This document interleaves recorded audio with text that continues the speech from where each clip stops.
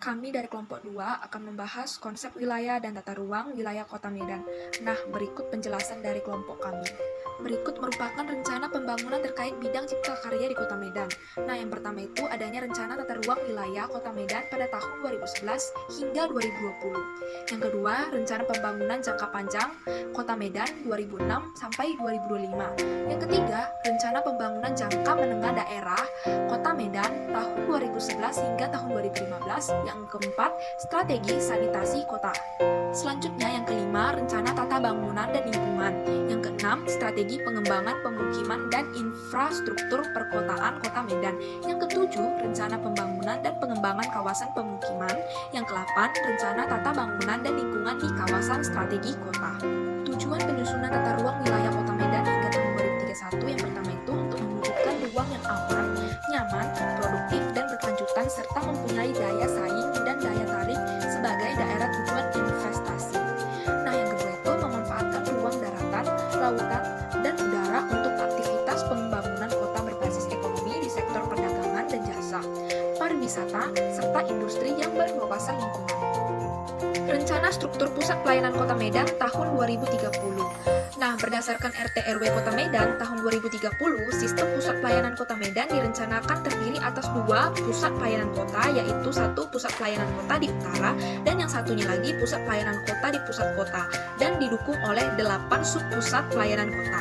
Adanya 2 pusat ini dimaksudkan untuk lebih mendorong perkembangan kota ke arah utara agar perkembangan kota antara bagian selatan dan utara dapat lebih merata.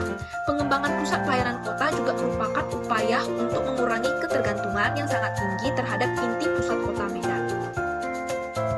Bidang kawasan strategis dan tujuan pengembangannya. Nah, kawasan yang pertama itu ada kawasan strategis bidang pertumbuhan ekonomi. Kawasan strategis dari sudut kepentingan pertumbuhan ekonomi antara lain adalah kawasan metropolitan, kawasan ekonomi khusus, kawasan pengembangan ekonomi terpadu, kawasan tertinggal, serta kawasan perdagangan dan pelabuhan bebas. Berdasarkan kriteria di atas, maka kawasan strategis Kota Medan yang dapat dikembangkan sebagai kawasan strategis pertumbuhan ekonomi antara lain itu yang pertama, pusat pelayanan kota di bagian pusat kota itu CBD Polonia.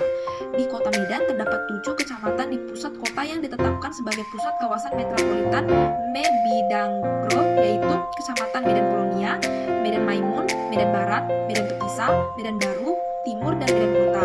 Yang ketiga itu kawasan ekonomi khusus yang akan dikembangkan adalah di Kecamatan Medan Labuhan. Nah, yang keempat yang terakhir kawasan pengembangan ekonomi terpadu. Selanjutnya, kawasan pengembangan ekonomi terpadu ditetapkan dengan kriteria sebagai berikut. Yang pertama itu memiliki aksesibilitas tinggi yang didukung oleh prasarana transportasi yang memadai. Yang kedua itu memiliki potensi strategis yang memberikan keuntungan dalam pengembangan sosial ekonomi. Yang ketiga itu berdampak luas terhadap pengembangan regional, nasional, dan internasional. Yang keempat itu memiliki peluang investasi yang menghasilkan nilai tinggi. Berdasarkan kriteria di atas, maka kawasan yang dapat dikembangkan sebagai kawasan pertumbuhan ekonomi yang terpadu adalah Kecamatan Medan Balawan, Kecamatan Medan Labuhan, Kecamatan Medan Deli, pusat kota, dan Kecamatan Amplas. Kawasan perdagangan dan pelabuhan bebas merupakan kawasan pelabuhan Belawan di Kecamatan Medan Belawan dan pusat-pusat primer dan sekunder. Selanjutnya, kawasan strategis bidang sosial budaya. Kawasan strategis dari sudut kepentingan sosial dan budaya antara lain adalah kawasan adat tertentu, kawasan konservasi warisan budaya termasuk warisan budaya yang diakui sebagai warisan dunia. Kawasan-kawasan di Kota Medan yang dapat dikategorikan sebagai kawasan strategis sosial budaya adalah yang pertama itu kawasan Polonia, yang kedua itu kawasan Kota Lama Labuhan Deli, yang ketiga itu kawasan Pembantu dan Pegudangan yang semula adalah YSM di Pulau Braya. Yang keempat itu merupakan kawasan Istana Maimun yang meliputi Masjid Raya Kota Medan, Istana Maimun, dan Taman Sri Dewi. Yang kelima itu kawasan Kampung Kling. Yang keenam itu kawasan Sekesawan. Selanjutnya kawasan strategis fungsi dan daya dukung lingkungan hidup. Nah, kawasan strategis dari sudut kepentingan fungsi dan daya dukung lingkungan hidup antara lain adalah kawasan pelindungan dan pelestarian lingkungan hidup, termasuk kawasan yang diakui sebagai warisan dunia seperti Taman Nasional. Kriteria kawasan lindung strategis adalah yang pertama memiliki peran ekologis dan penyelamatan lingkungan dan mengantisipasi bencana banjir. Yang kedua itu memiliki peran ekonomi tinggi kalau dapat dikelola dengan baik. Yang ketiga, kebutuhan pemberian identitas kota dengan pengembangan tanaman. Nah, kawasan strategis yang perlu dikembangkan dan bisa dikembangkan sebagai kawasan strategis kepentingan kepentingan fungsi dan daya dukung lingkungan hidup adalah yang pertama kawasan agrobisnis di Kecamatan Medan Marelan, yang kedua itu kawasan hutan mangrove dan rawa di Kecamatan Medan Belawan, yang ketiga itu kawasan wisata di Kecamatan Medan Marelan, yang keempat yang terakhir itu kawasan rencana pengembangan waduk-waduk buatan yang menyebar di Kecamatan Medan Labuhan. Selanjutnya, kawasan strategis nasional dan kawasan strategis provinsi dalam wilayah Kota Medan. Rencana tata ruang Medan juga mengakomodir kawasan-kawasan strategis nasional dan provinsi yang berperan penting dan diprioritaskan pengembangannya. Berikut ini merupakan kawasan strategis nasional dan kawasan strategis provinsi dalam wilayah Kota Medan. Yang pertama itu kawasan strategis nasional yang terdapat dalam wilayah Kota Medan adalah kawasan perkotaan Mebi Dangro.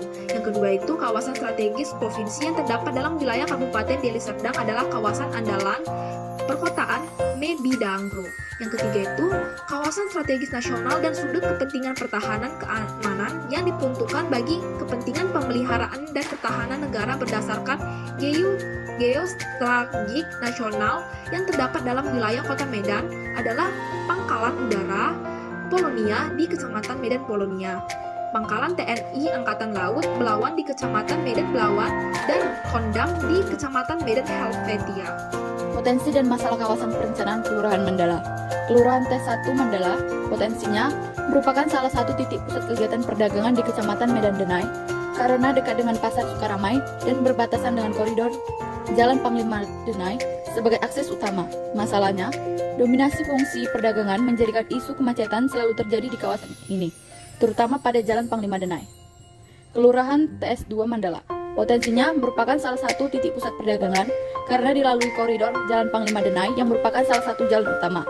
Masalahnya, daerah ini sering terjadi banjir, terutama di 4 titik sekolah. Jika hujan dan banjir di daerah ini, Jalan Tangkuk Bongkar 9 dan Jalan Tangkuk Bongkar 10, 2 minggu baru bisa kering. Kelurahan TS3 Mandala, potensinya merupakan salah satu titik pusat perdagangan karena dilalui koridor Jalan Panglima Denai, memiliki keragaman aktivitas dilalui oleh Parit Sulang Saling. Masalahnya, daerah ini sering terjadi banjir, terutama di beberapa lingkungan. Isu sampah juga menjadi perhatian utama karena sampah selalu dibuang ke parit atau selokan terdekat. Parit Sulang Saling tidak berfungsi karena air tergenang dan terdapat timbunan sampah. Potensi dan masalah kawasan perencanaan Kelurahan Denai.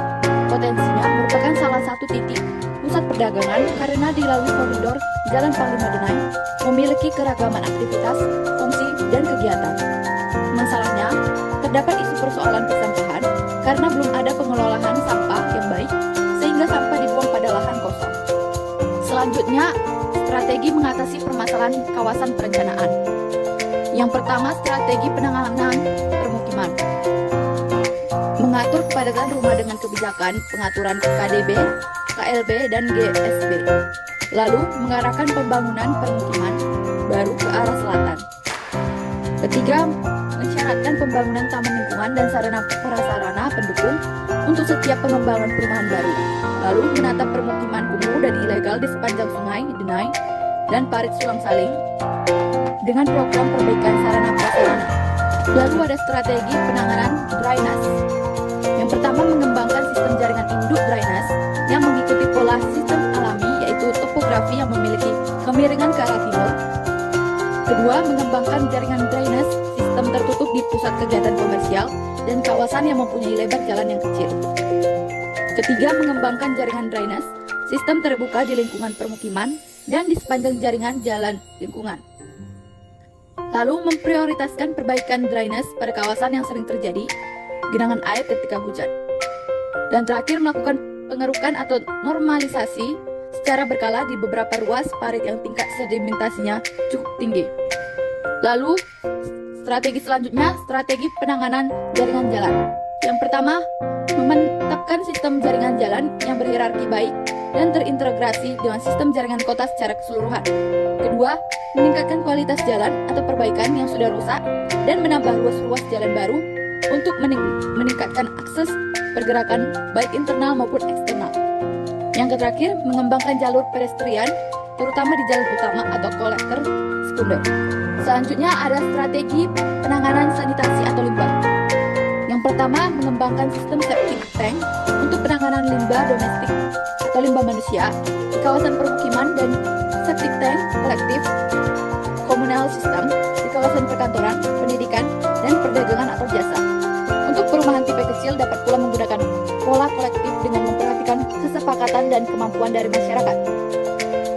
terakhir, sistem tercampur, yaitu menyatukan air limbah dan air hujan dalam satu saluran.